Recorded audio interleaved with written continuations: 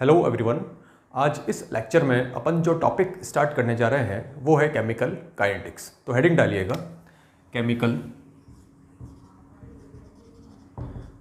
Chemical kinetics. Okay, तो सबसे पहले अपन जानते हैं कि केमिकल रिएक्शंस कितने तरह की होती है। तो सबसे पहले लिखिए वेरी फास्ट रिएक्शंस,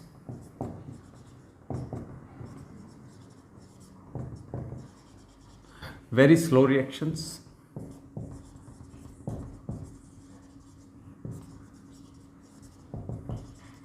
और तीसरे टाइप की रिएक्शंस होती है मॉडरेट रिएक्शंस।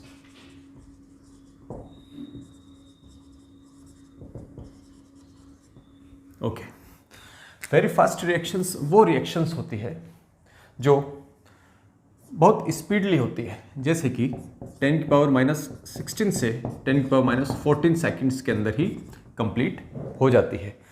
10⁻⁻16 का मतलब है 1/10⁻16 सेकंड, मतलब 1 सेकंड का 10⁻16वां भाग। क्लियर? जैसे कि इसके एग्जाम्पल हैं आयनिक रिएक्शंस।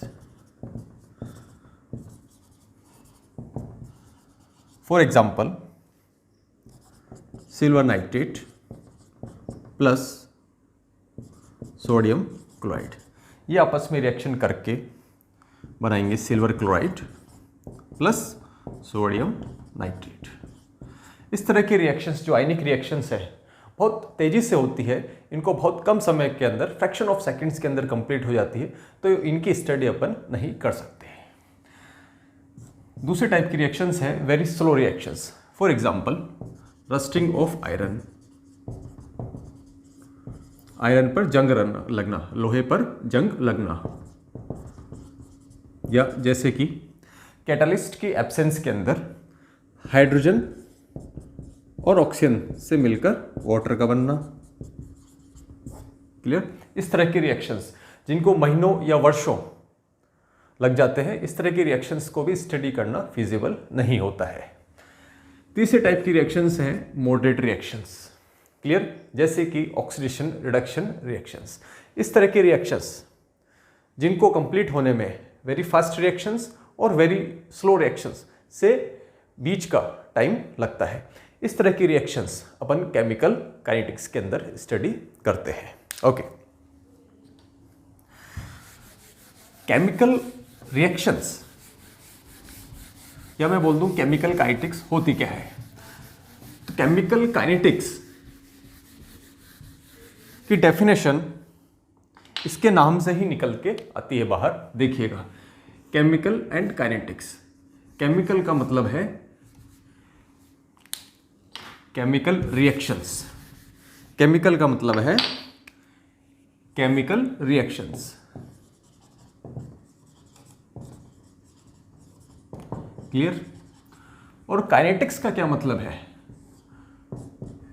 इसको अपन पहले ये समझ लें केमिकल रिएक्शंस के बारे में, उसके बाद समझेंगे। केमिकल रिएक्शन जैसे ही शब्द मेरे सामने आता है तो 3 प्रश्न मेरे सामने घूमते हैं। पहला कि जिस केमिकल रिएक्शन की मैं बात कर रहा हूं वो पॉसिबल है, मतलब हो सकती है या नहीं हो सकती है, इसकी फिजिबिलिटी क्या है, मतलब फिजिबिलिटी। फिजिबिलिटी के बारे में, किसी भी केमिकल रिएक्शन की फिजिबिलिटी के बारे में अपन स्टडी करते हैं केमिकल थर्मोडायनेमिक्स के अंदर। केमिकल थर्मोडायनेमिक्स मतलब यह रिएक्शन का होना संभव है या नहीं। क्लियर? अपन क्राइटेरिया लगाते हैं गिब्स फ्री एनर्जी का, delta G is equal to delta H minus T delta S. Clear? Delta G अगर नेगेटिव है तो स्पॉन्टेनियस है, अदरवाइज नॉन स्पॉन्टेनियस है। क्लियर? दूसरा जो प्रश्न आता है वो यह है कि अगर ये रिएक्शन हो सकती है तो किस एक्सटेंट तक हो सकती है, मतलब किस सीमा तक हो सकती है। Clear? For example hydrogen plus nitrogen reaction करके बना रहे हैं अमोनिया। क्लियर?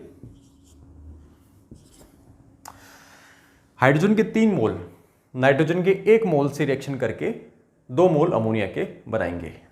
ये तो स्टाइकोमेट्री बता रही है, लेकिन एक्चुअल में हाइड्रोजन के कितने मोल, सपोज 1.5 मोल, इसके कितने मोल से, सपोज हाइड्रोजन के कितने मोल रिएक्ट करेंगे, ये तो आइडियल कंडीशन के अंदर है, 3 से कम भी कर सकते हैं, तो वो कितना होगा, इसके स्टडी करते हैं अपन केमिकल इक्विलिब्रियम के अंदर। केमिकल इक्विलिब्रियम,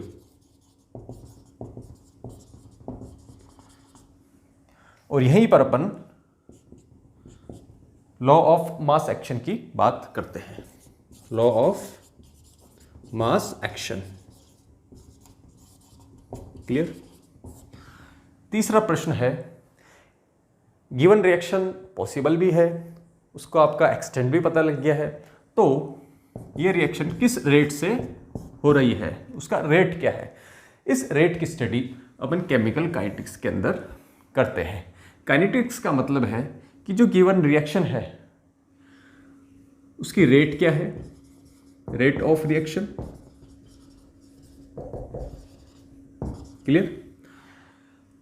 कौन कौन से फैक्टर्स है, दैट इज फैक्टर्स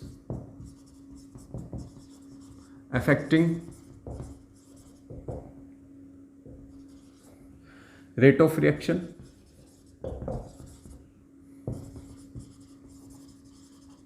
और जो गिवन रिएक्शन है इसकी मैकेनिज्म क्या है, मैकेनिज्म क्या है। मैकेनिज्म अगर पता लग गई तो कौन सा स्टेप स्लोएस्ट स्टेप है, दैट इज आरडीएस है। तो आरडीएस अगर पता लग गई तो आप उसका फिर रेट लो फाइंड आउट कर सकते हैं। That means correlate mechanism of the reaction with rate law of the reaction. तो फाइनली इन सभी शब्दों को अगर मैं एक डेफिनेशन के रूप में पिरोऊं तो केमिकल काइनेटिक्स की क्या डेफिनेशन दे सकता हूं मैं, तो वो आप लिख लीजिए। केमिकल काइनेटिक्स की डेफिनेशन लिख लीजिए, हेडिंग डालिए डेफिनेशन, हेडिंग डालिएगा definition.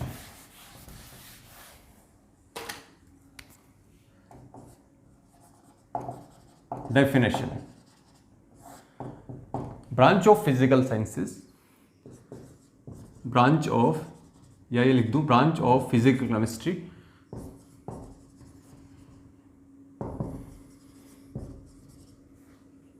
branch of physical chemistry in which we deal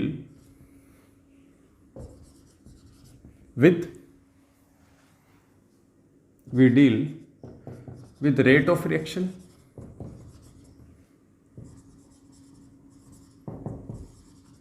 factors affecting rate of reaction, factors affecting rate of reaction,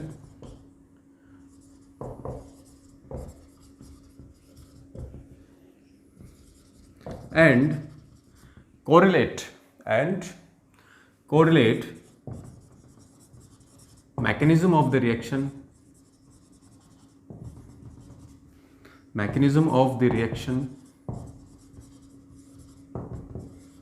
with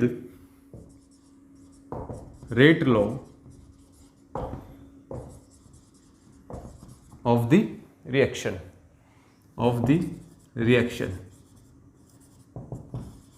is called chemical kinetics,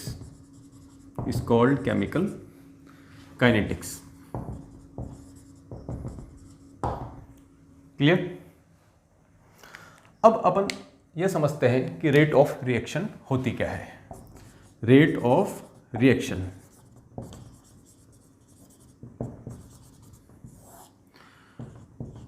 इसके लिए अपन एक रिएक्शन को consider करते हैं। सपोज ए रिएक्टेंट है और ये प्रोडक्ट पी के अंदर कन्वर्ट हो रहे हैं, क्लियर। तो रेट ऑफ रिएक्शन या रेट मैं बोल लूँ तो क्या होती है, किसी भी गिवन टाइम इंटरवल के अंदर रिएक्टेंट या प्रोडक्ट कि कंसंट्रेशन के अंदर कितना चेंज होता है, वो उस रिएक्शन की रेट ऑफ रिएक्शन कहलाती है। तो rate of reaction is equal to change in concentration upon time given. Concentration reactant की भी हो सकती है या प्रोडक्ट की भी हो सकती है। अगर रिएक्टेंट की कंसंट्रेशन की मैं बात करूं तो टाइम के साथ रिएक्टेंट की कंसंट्रेशन डिक्रीज होगी, दैट मीन्स इसको मैं माइनस साइन से डिनोट करूंगा। और प्रोडक्ट की कंसंट्रेशन टाइम के साथ इंक्रीज होगी तो मैं इसको प्लस से डिनोट करूंगा। एक टाइम पर केवल एक साइन को आप कंसिडर करेंगे। अगर प्लस को मैं अगर देख रहा हूं, इसका मतलब किसके बारे में बात कर रहा हूं, या मैं ये कह दूं कि रेट ऑफ रिएक्शन किसके रेस्पेक्ट में अगर मैं शो कर रहा हूं, प्रोडक्ट के रेस्पेक्ट में। अगर प्लस हटा के अगर मैं माइनस की फॉर्म में रेट ऑफ रिएक्शन शो कर रहा हूं, दैट मीन्स किसके रेस्पेक्ट में रेट ऑफ रिएक्शन लिख रहा हूं, रिएक्टेंट के रेस्पेक्ट में। क्लियर? तो इसको कैसे लिख सकते हैं लैंग्वेज के अंदर, चेंज इन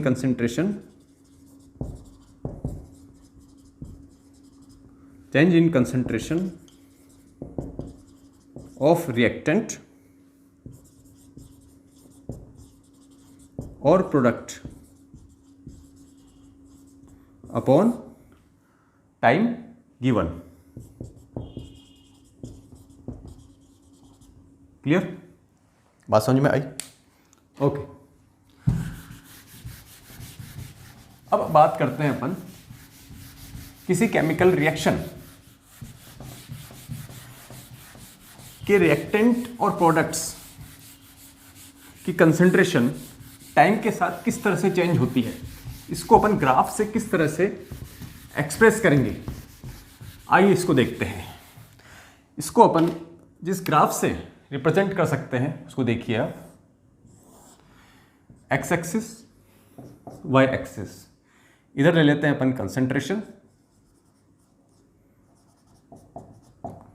कंसंट्रेशन और इधर ले लेते हैं टाइम, या बोल दूं टी से डिनोट करते हैं, और कंसंट्रेशन को अपन सी से डिनोट करते हैं। क्लियर? तो जो ग्राफ आएगा वो इस तरह का आएगा कुछ, ये देखिएगा आप ध्यान से। क्लियर? ये किस रिएक्शन के लिए, सपोज ए रिएक्टेंट है और प्रोडक्ट पी है, इस रिएक्शन के लिए अपन ये ग्राफ बना रहे हैं। Clear? A stands for reactant and P stands for product.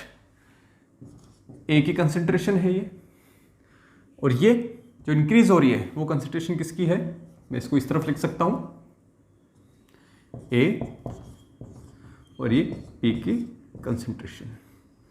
Clear? बात समझ में आई? देखिए आप, इनिशियली ए की कंसंट्रेशन यहां पर थी, और ये टाइम के साथ जैसे जैसे टाइम इंक्रीज हो रहा है along the x axis time increase हो रहा है, तो ए की कंसंट्रेशन डिक्रीज हो रही है और पी की कंसंट्रेशन इंक्रीज हो रही है। क्लियर? ये पॉइंट इक्विलिब्रियम पॉइंट नहीं है, आपको यह याद रखना है। जहां पर दोनों ग्राफ्स एक दूसरे को क्रॉस कर रहे हैं, इस बात से कंफ्यूज नहीं होना है कि यह कोई इक्विलिब्रियम पॉइंट है, क्योंकि एक बात ध्यान रखिए कि इक्विलिब्रियम पॉइंट आपको रिवर्सिबल रिएक्शंस के अंदर मिलेगा, किसी भी इररिवर्सिबल रिएक्शन के अंदर नहीं मिलता है। यह पॉइंट वहाँ है जहाँ पे rate of disappearance of A is equal to rate of appearance of P. Clear? Okay. अब बात आती है रेट ऑफ रिएक्शन की। रेट ऑफ रिएक्शन भी दो तरीके के हो सकते हैं, एवरेज रेट ऑफ रिएक्शन,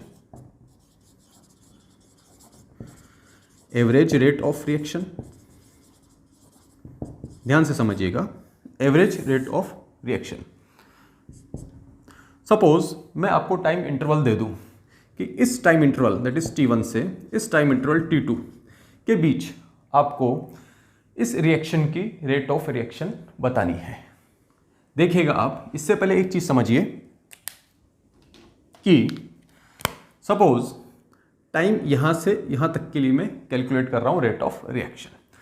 इस जगह पर जो कंसंट्रेशन है वो ऑलमोस्ट यहाँ पर है, और इस पॉइंट पर जो कंसंट्रेशन है वो लगभग यहाँ है। क्लियर? तो कंसंट्रेशन जो चेंज हुई है वो यहाँ से यहाँ तक हुई है, that means this amount of concentration is changed between this time interval. Clear?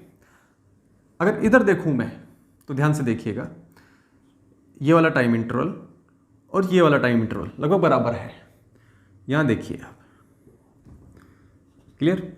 यहां पर जो कंसंट्रेशन है वो और ये कंसंट्रेशन यहाँ, दैट मीन्स ये पॉइंट लगभग यहाँ आएगा और ये वाला पॉइंट लगभग यहाँ आएगा।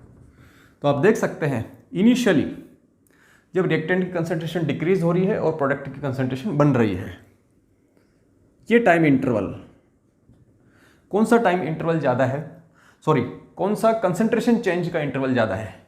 ऑब्वियसली ये वाला। क्लियर? इसकी लेंथ देख लीजिए और इसकी लेंथ देख लीजिए, that means rate of reaction through the reaction, rate of reaction through the reaction same नहीं रहती है। इनिशियली स्लोप ज़्यादा है और बाद में धीरे धीरे कम होता जा रहा है। That means initially rate of reaction ज़्यादा है और बाद में रेट ऑफ रिएक्शन कम होती जा रही है। क्लियर? तो रेट ऑफ रिएक्शन क्योंकि चेंज होती जा रही है, इसको इसलिए अपन इसको एवरेज के फॉर्म में एक्सप्रेस करते हैं। क्लियर? ओके, इसको मैं मिटा देता हूं। आई थिंक ये बात आपको समझ में आ गई कि rate of reaction through out the reaction same न रहकर चेंज होती रहती है। ओके, अब देखिएगा आप ध्यान से, average rate of reaction, suppose आपसे मैं टाइम t1 और टाइम t2 के बीच में रेट ऑफ रिएक्शन पूछ लेता हूं, तो आप कैसे निकालेंगे? Rate of reaction, average rate of reaction reactant के रेस्पेक्ट में भी निकाल सकते हैं और प्रोडक्ट की कंसंट्रेशन के चेंज के रेस्पेक्ट में भी निकाल सकते हैं। रिएक्टेंट के रेस्पेक्ट में अपन कैसे निकालेंगे? टाइम t1 पर रिएक्टेंट A की कंसंट्रेशन क्या है? देखिए आप, this one, that is this, concentration क्या है? A1। Time t2 that means यहां पर इसकी कंसंट्रेशन क्या है रिएक्टेंट की? That means A2। That means from time t1 to time t2 reactant की कंसंट्रेशन इतनी चेंज हुई है। That means average rate of reaction with respect to A is change in A, change in concentration of A upon del T। Clear? ऐसे ही अगर product के respect में मैं निकालूं तो वो क्या हो जाएगा? That is P1, that means P1 और यहां पर क्या हो जाएगा? That means P2। Clear? Is equal to minus आ जाएगा और यहां पर del P upon del T। बात समझ में आई? एवरेज रेट ऑफ रिएक्शन क्या है? अगर मैं बात करूं instantaneous rate of reaction, instantaneous rate of reaction, instantaneous rate of reaction क्या होती है? एक किसी भी पर्टिकुलर टाइम पर, किसी भी पर्टिकुलर टाइम ये है या कोई भी पॉइंट पर रिएक्शन की रेट वो क्या कहलाती है? इंस्टेंटेनियस मीन्स एक पर्टिकुलर टाइम, सपोज 5 सेकंड पर या 6 सेकंड पर, एक पर्टिकुलर सेकंड पर, वो उस रिएक्शन की इंस्टेंटेनियस रेट ऑफ रिएक्शन कहलाती है। दैट मीन्स अगर इस टाइम इंटरवल को अगर मैं 0 कर दूं, क्लियर, तो वो क्या कहलाएगा? इसका instantaneous time rate of reaction. That means del T upon del A, that means limit अपन को क्या लगानी पड़ेगी? लिमिट क्या माना है कि del T tends to 0 means time interval को क्या माना है? 0 पर। Change in concentration of A upon time interval, इसको कैसे लिख सकता हूँ फिर?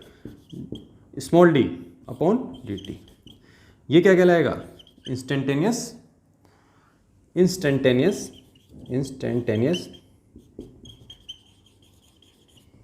रेट ऑफ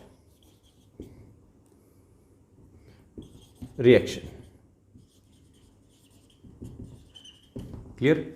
ऐसे ही P के रेस्पेक्ट में निकाल सकता हूं मैं limit delta T tends to 0, del P by del T is equal to dP by dt। Clear? Instantaneous rate of reaction किसी भी टाइम t पर स्लोप के जो ग्राफ है इसके ऊपर जो टेंजेंशियल बनाएंगे अपन, सपोज इस टाइम इंटरवल इस t पर आपको रेट ऑफ रिएक्शन पूछी गई है, इस पर आप टेंजेंशियल बनाएंगे, सॉरी ये लाइन बनाएंगे और ये जो पॉइंट है इसके ऊपर जो टेंजेंशियल होगा, इस टेंजेंशियल का जो स्लोप होगा that is called instantaneous rate of reaction. Clear? Okay, ये बात हुई अपनी इंस्टेंटेनियस रेट ऑफ रिएक्शन की।